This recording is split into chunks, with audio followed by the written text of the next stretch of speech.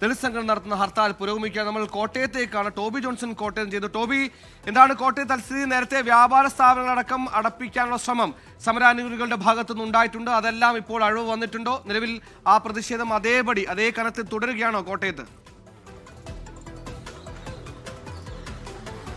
അല്പം അതായത് ഈ പ്രതിഷേധങ്ങൾക്ക് ഹർത്താൽ അനുകൂലികൾ രാവിലെ മുതൽ തന്നെ രംഗത്തുണ്ടായിരുന്നു. 6 മണിക്ക് മുതൽ തന്നെ നഗരമധ്യത്തിലടക്കം വലിയ രീതിയിലുള്ള പ്രതിഷേധം അവരുടെ ഭാഗത്തു നിന്നുമുണ്ടായി. വാഹനങ്ങൾ നിരത്തിലിറങ്ങിയത് തടയുകയും ഒപ്പം തന്നെ കടകമ്പോളങ്ങൾ അടപ്പിക്കുകയും ചെയ്യുന്ന കാഴ്ച കാണാനായി. പല സ്ഥലങ്ങളിലും നേരിയ തോതിലുള്ള സംഘർഷ സമാനമായ സാഹചര്യങ്ങൾ ഉണ്ടാകുകയും ചെയ്തു.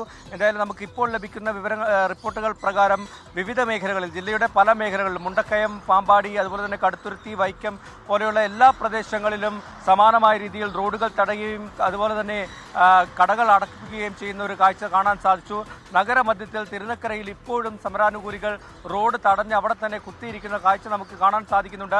സാധാരണ ഇത്തരത്തിലുള്ള ഹർത്താലുകളിൽ നമ്മൾ കാണുന്നത് 9 മണി 10 മണിയോടുകൂടി മാർച്ച് നടത്തി, പ്രകടനം നടത്തി പ്രതിഷേധം അറിയിച്ച് അങ്ങ് കടന്നു പോകുന്ന കാഴ്ചയാണ് നമ്മൾ രാഷ്ട്രീയ പാർട്ടികളുടെ ഹർത്താലിൽ കണ്ടിട്ടുള്ളത്. പക്ഷേ അതിൽ നിന്നും വ്യത്യസ്തമായി ഈ സമരം, ഈ ഹർത്താൽ വിജയിപ്പിക്കാൻ വേണ്ടി ഇന്ന് വൈകുന്നേരം വരെ റോഡ് ഉപരോധിക്കുമെന്നുള്ള ഒരു സന്ദേശമാണ് ഈ സമരാനുകൂലികളുടെ ഭാഗത്ത് നിന്നും ലഭിച്ചിട്ടുള്ളത്. നേരത്തെ വാഹനങ്ങളൊക്കെ ഒഴിവാക്കും, അല്ലെങ്കിൽ അവശ്യ സർവീസുകളെ ഒഴിവാക്കുമെന്ന് പറഞ്ഞിരുന്നു. അവശ്യ സർവീസുകളെ ഒഴിവാക്കി തന്നെയാണ് ഹർത്താൽ മുന്നോട്ട് പോയത്. പക്ഷേ അത് തെറ്റിദ്ധരിച്ച ആളുകൾ ഇന്ന് പുറത്തേക്കിറങ്ങിയത്, വാഹനങ്ങളുമായി പുറത്തേക്കിറങ്ങിയതാണ് ഈ സമരാനുകൂലികളെ ചൊടിപ്പിച്ചത്. എന്തായാലും പല സ്ഥലങ്ങളിലും ഈ വാഹനം തടഞ്ഞത് തർക്കത്തിലേക്കും മറ്റ് പ്രശ്നങ്ങളിലേക്കും ഒക്കെ പോയിട്ടുണ്ട്.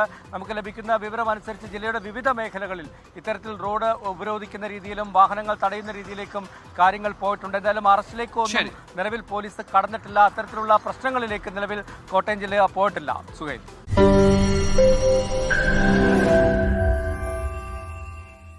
ലോകത്തെവിടെയായാലും ഏത് സമയത്തും 24 വാർത്തകളും ഓഗ്മെന്റഡ് റിയാലിറ്റി പാക്കേജുകളും എക്സ്പ്ലെയിനറുകളും വിശദമായി കാണാൻ ഞങ്ങളുടെ യൂട്യൂബ് ചാനൽ നിങ്ങൾക്ക് സബ്സ്ക്രൈബ് ചെയ്യാം.